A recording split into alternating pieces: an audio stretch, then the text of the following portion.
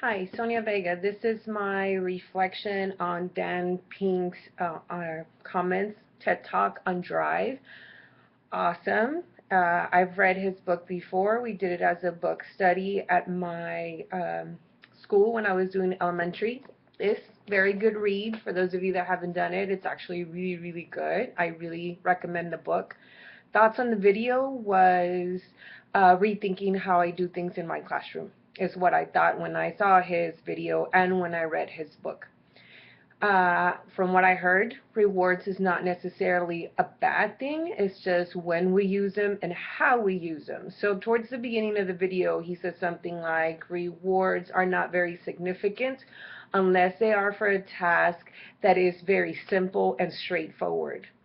When you are trying to challenge them and give them a deeper problem or something that's going to be a little bit more challenging, then at that point it's not about the reward but about the significance of the task and what they're trying to do.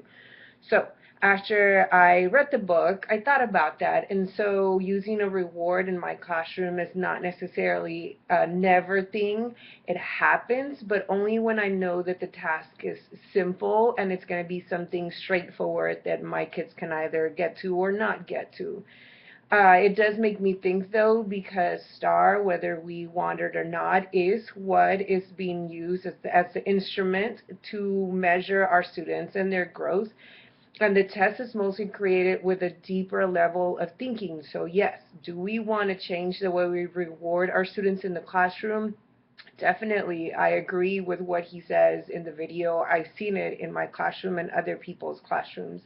When we are challenging the students with questions and stories and tests that are at a deeper level, they reach frustration and they really don't get it. They don't try unless they understand the significance of what they are doing. So therefore, we've changed the way we do things in the classroom. We reward them, like I said, for those things that are simple tasks. And we really try to show them the importance of and why they want to try and why or what is it that they're really going to learn and get out of this lesson when it's something that's a lot more challenging. So I definitely agree with a lot of the things that are in this video.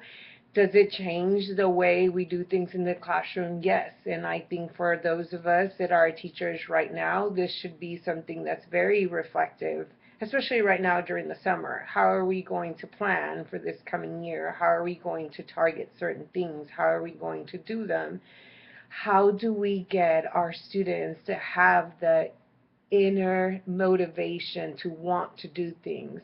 We need to push beyond the you just need to know this because this is the only way you're going to pass your test and go more towards this is the life lesson, this is what is really going to help you in the long run. Look at all the things you're going to learn through this activity, or why don't you discover on your own, because the students really do get genuinely excited when they make their own discoveries, things that we knew were going to happen, but we didn't point out, and they just discovered it all on their own when they have that aha moment. It's amazing, and it doesn't matter what we give them. None of that beats their own self-esteem being boosted up when they discover something completely on their own. So do I agree with this video? Yes. A question that I asked myself, and I'm going to leave it out there when I watched this video and when I read this book, was project-based learning. It's something that's been coming through our district on and out, in and out, in and out.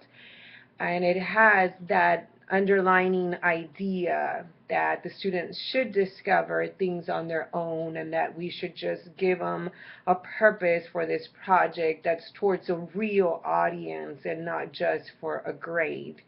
So definitely something I'm considering and thinking about, and this video brings that back to mind.